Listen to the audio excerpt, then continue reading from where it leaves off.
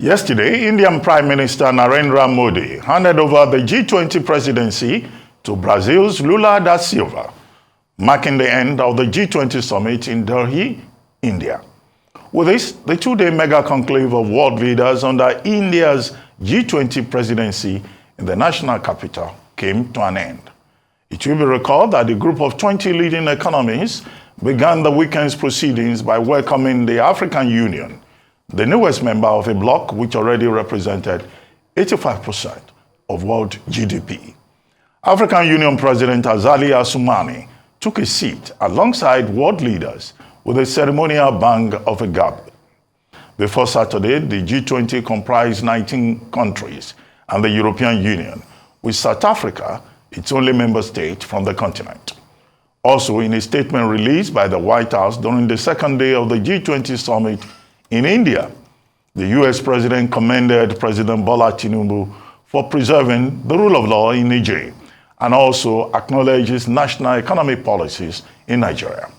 Joining us now on The Morning Show as we review the G20 summit that held in New Delhi, India, is Professor Bolaji Akinyemi, Nigeria's former Minister of Foreign Affairs. Good morning, Professor Akinyemi, and thank you very much for joining us on The Morning Show.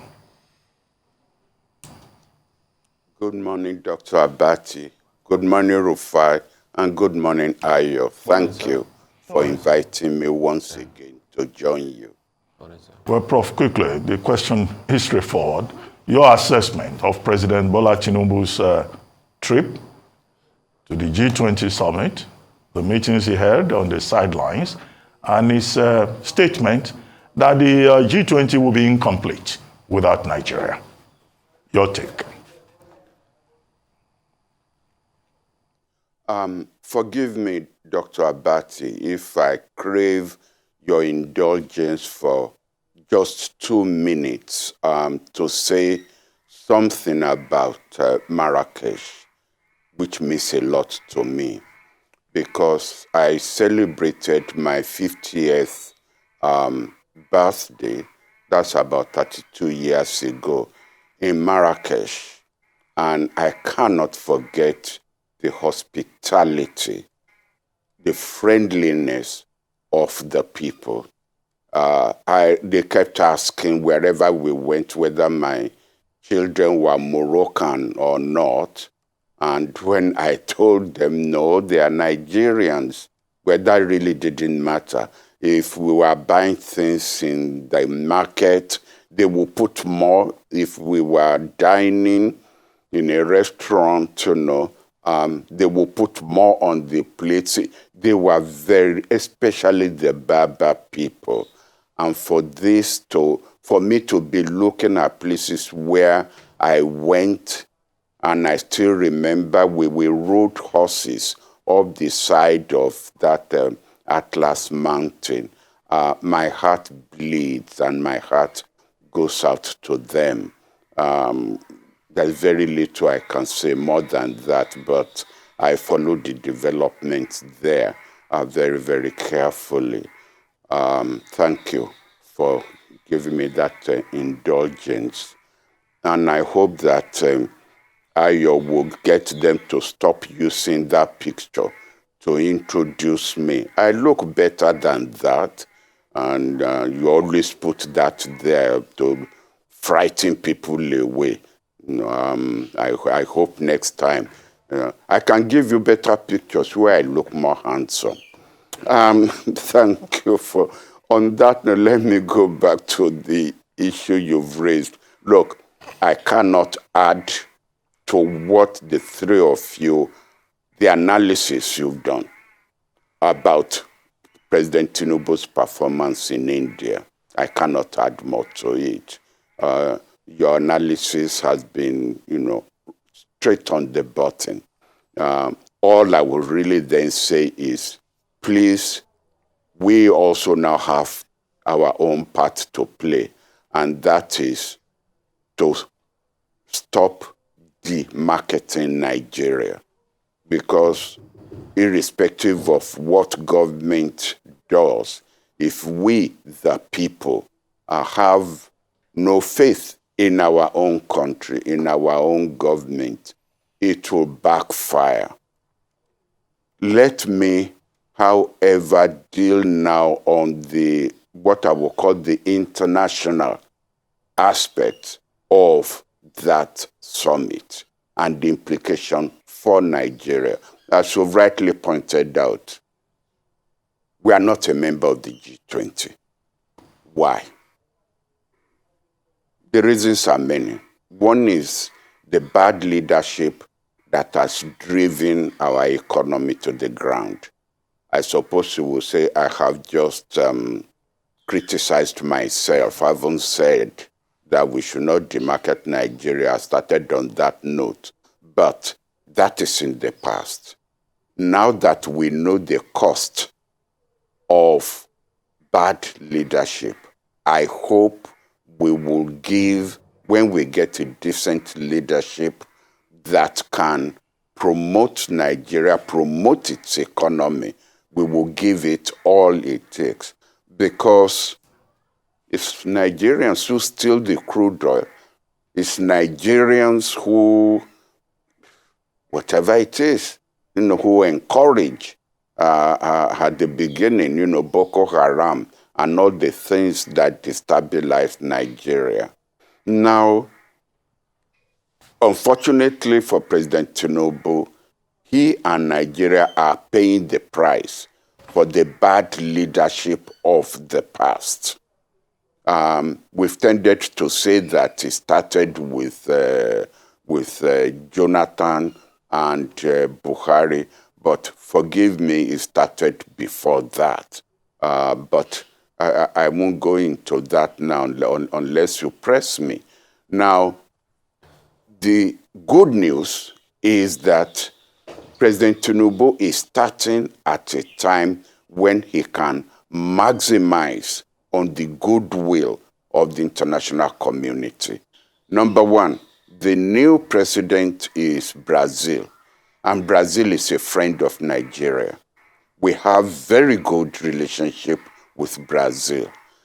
That good relationship should be cultivated because the president of the G20 actually has a lot of influence on his fellow members in terms of what he would like to do or not do. Therefore, President Tinubu should set up a task force whose objective will be that by the next summit, Nigeria will actually be sponsored for permanent membership of the G20. He must talk to Turkey. He must continue to cultivate the United States. He must continue to cultivate China. As I said, Turkey is there. Mexico is there. These are countries.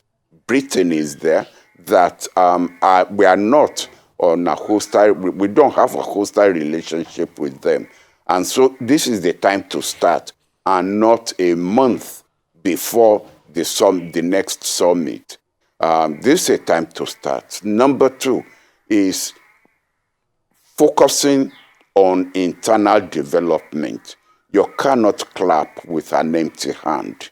Our economy must be made to grow, and I welcome all the all the contacts that is made with developed countries, even if they are regarded as part of the global south, that we can cultivate. And they will not be coming into a banana republic. The resources are there. Is to grow those resources and make sure that they germinate. So I think that President Tinubu has his job cut out for him, domestically and internationally. It can be done. We can become a permanent member of the G20 by the next summit, if our diplomacy is right. Dr. Abati, you have continued to stress that it is now the responsibility of the Ministry of Foreign Affairs to make sure that all those agreements don't simply gather dust in files in the ministry, but in conjunction with other ministries, they are actually activated and made to grow. Visas must be easily made available.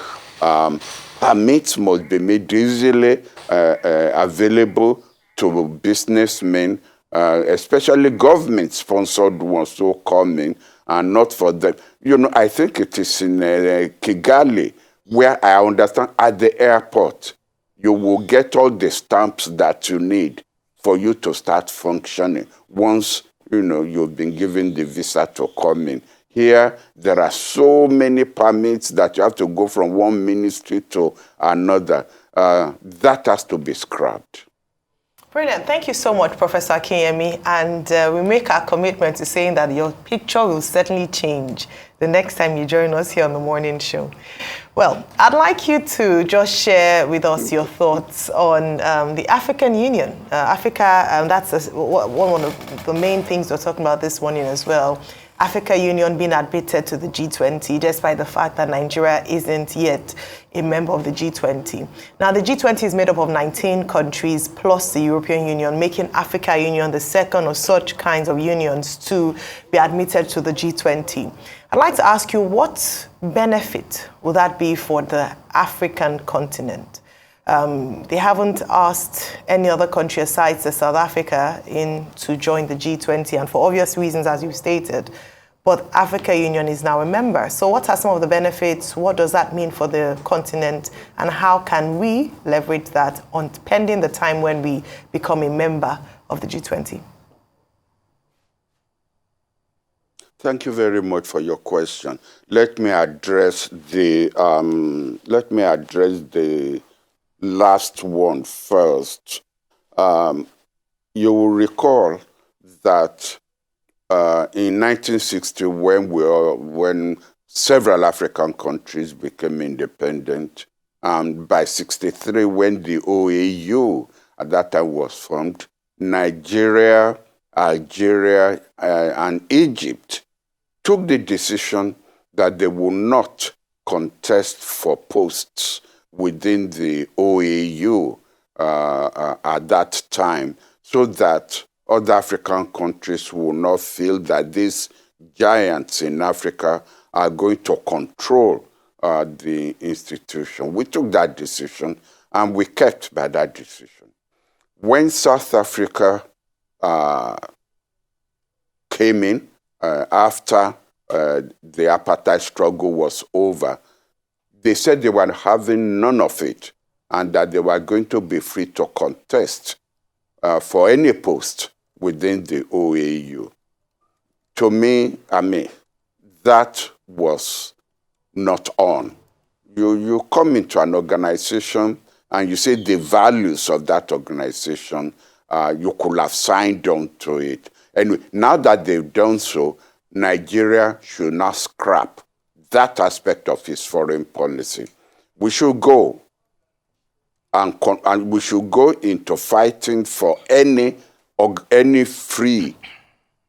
post that is free that we feel will be in our national interest. We should go and contest for that post. When we do so, then we will now be in the leadership of institutions of the African Union. That way, whatever it is that the African Union is pushing in the G20 or any other international organization will not be detrimental to the interest of Nigeria. The African Union itself does not have its own policies. It's an aggregate of the interests of all African countries. And to that extent, I would expect that the African Union will be pushing the policies of the African Exim Bank, the policies of the African Development Bank, the African Free Trade Agreement, that we have, all those institutions that we need to protect. And we've put in place to advance African interest. We expect the African Union to use its position in the G20 to push in the global scene, which means that there has to be constant meetings of the African Union so that it is not. You recall that there was a problem over the admission of Israel as an observer, a decision that was taken unilaterally by the chairman without consultation with heads of states of African countries. That should not be repeated. The president of the African Union must realize that he speaks for the whole of Africa, not for his own country, and definitely not for his own personal. We have a lot of issues. You recall that they've just had in Nairobi an African summit on climate change or climate crisis, as the Secretary General of the United Nations will call it.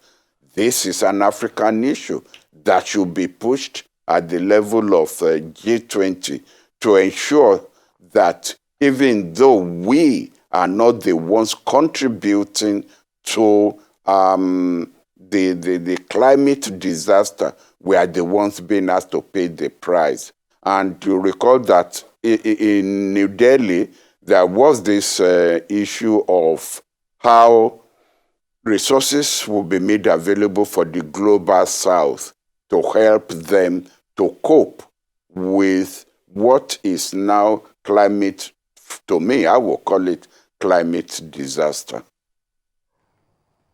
Okay, so I'd like to ask you two questions, sir.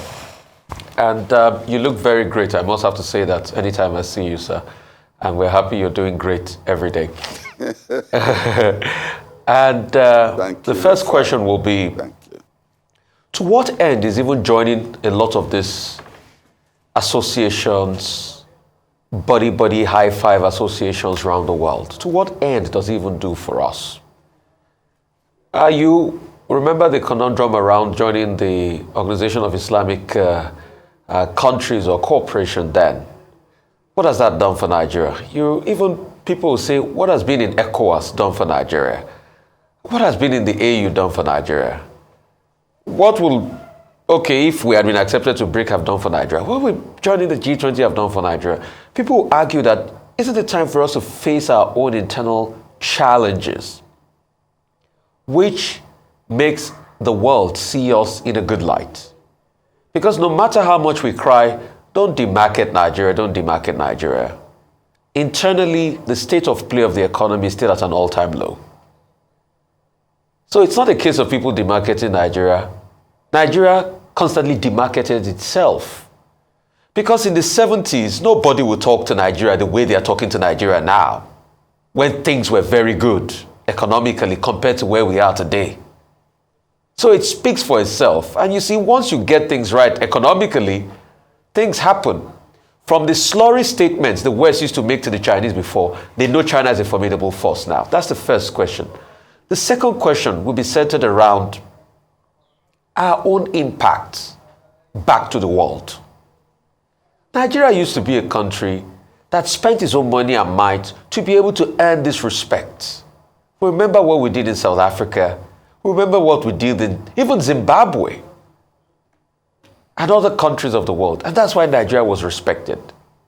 But today, we make little or no impact because we don't even have things right locally before we even lend out to others.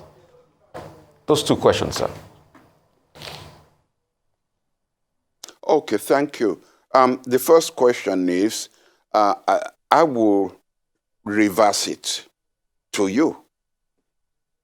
Why are other countries joining these international organizations? It's not as if Nigeria is the only member of ECOWAS, of AU, of the Commonwealth, of whatever. It's not. Why are other countries, and countries with serious interests, countries with good leadership, why are they in these organizations? those organizations must be doing something that makes countries in the world want to be members. Briefly, the first one is in the United Nations. When you are running for office, it is by far easier for you to have collective organizations backing you to start off with, rather than you being the only one going around to 150 nations one by one. It's good for you to be backed by ECOWAS, and from the ECOWAS to be backed by the AU, and for you to be backed by the Commonwealth. And you see, the collectivity of all of this makes your job of campaigning for Security Council seat, a seat on the Economic and Cultural Council. So it serves your interests, and that's why members are there. Number two, when you are promoting certain programs that are germane to your own development, it is again by far easy in terms of processes for you to be backed by these organizations. Take one of the issues on the sideline of this last G20, an agreement between India, the United States, and Brazil to promote biofuels as an alternative to burning, what do you call that other fuel? Burning gas or burning petroleum. Petroleum. I haven't, yes, thank you. I Biofuel haven't blending. really. So what it's called, sir, it's called biofuel blending. When you blend biofuel, you can add as an additive so you can reduce your consumption of petrol. Fine. Obviously, it is something that is in the interest of India, Brazil, and the United States as an alternative to gasoline and petroleum. Now, that was done on the sideline of the G20, and the advantages to those countries are supposed to be obvious. The other one is the United States sponsoring these linkages between India, Asia, Middle East, and to Europe as an alternative to the one India was, the one that China was, proposing, that came again from China, Asia to Africa. So, if you are serious in, number one, articulating your own interests and pushing for those interests, and you push them in such a way that they are not really antagonistic to the interest of the majority of the countries of an organization, the organization then becomes a platform for you to launch your interest. But I agree with you, you must first of all get your interests very clear in your mind, in the ministries, before you then go out. Number two, when I talk about demarketing, from my experience as a minister, I know what I'm talking about. I wish Nigeria would be a nation that we rally around the flag, not just when we play football. I know what I suffered by, countries going behind my back to complain to Babangida about some positions which I have taken at OAU Summit. And the funny thing was, they were using Nigerian delegates. I don't want to mention names. They were using Nigerian military delegates to pass that message on to Babangida that I wasn't promoting Nigerian interest. They didn't even bother to ask me. It was Babangida himself who then said, they have come to report you about this and this and that. And I had to say to him, yes, it is true. I took that position because we were being sidelined by some African countries who were in a position to take decisions. And I wasn't going to accept that.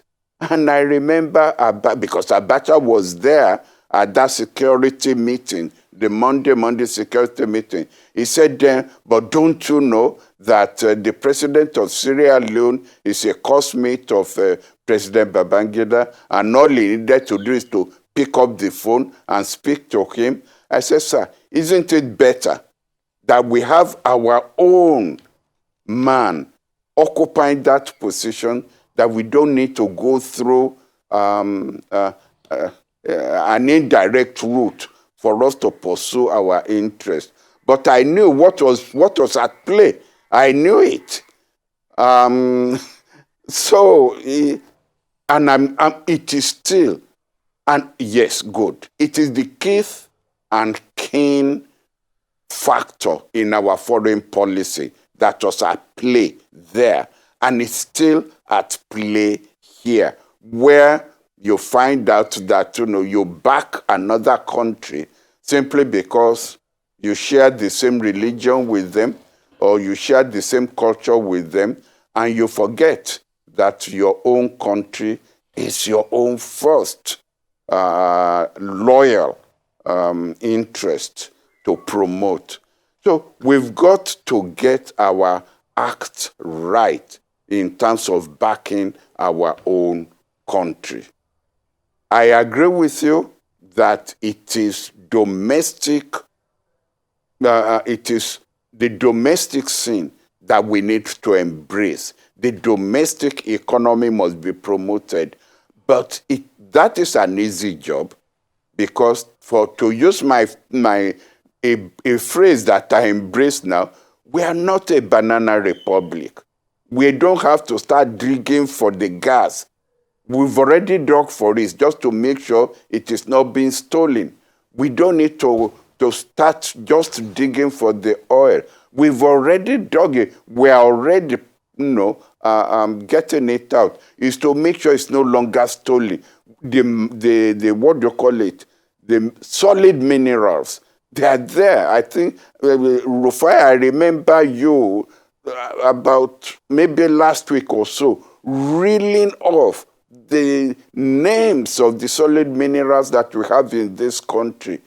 And yet, go to Morocco, God bless them, in their market, they will tell you, oh, this diamond is from Nigeria, although it's called Moroccan diamond. This one is from Nigeria, that one is from Nigeria. The stones have been taken out of here and they are being sold in North Africa.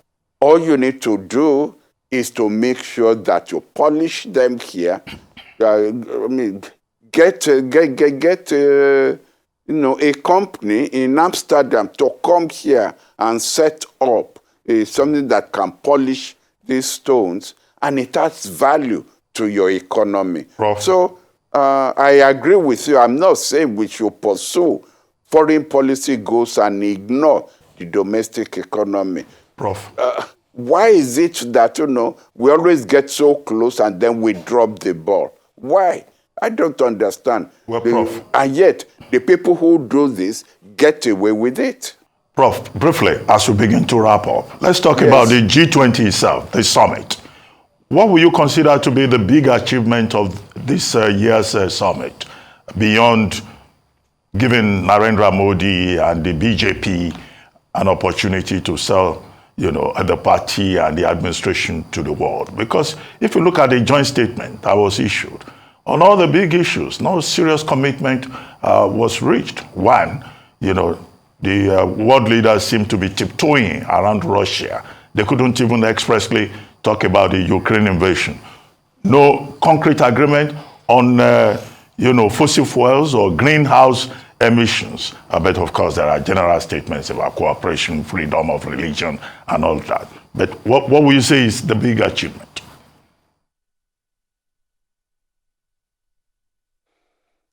Dr. Abati, you've answered your question. There was no big achievement. The fact that Russia and China did not show up are the bleeding wounds in the G20 that you need to pay attention to. That's number one.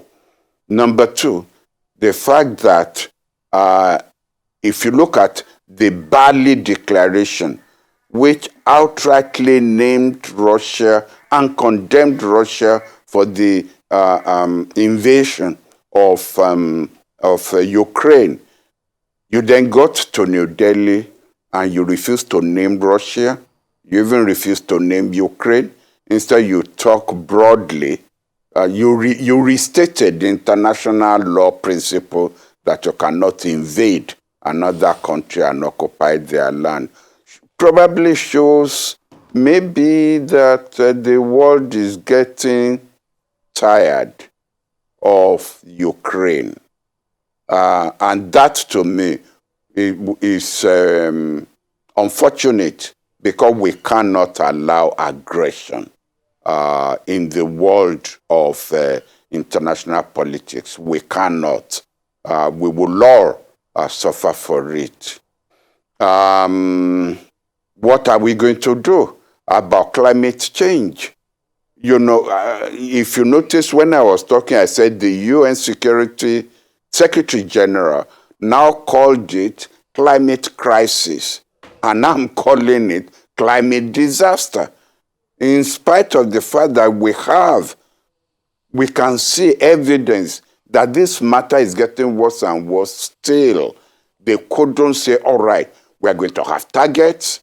These are going to be the timelines that we must achieve this, to make sure that the catastrophe that all scientists have said we are going to face, we can't. So really, all right. I can't point to any big achievement that one can credit the G20 summit with. All right. Well, thank you so much for your time this morning, Professor Bolaji Akinyemi. It's always insightful to have you join us on the morning show. We look forward to your next appearance with us here on the show. Thank you.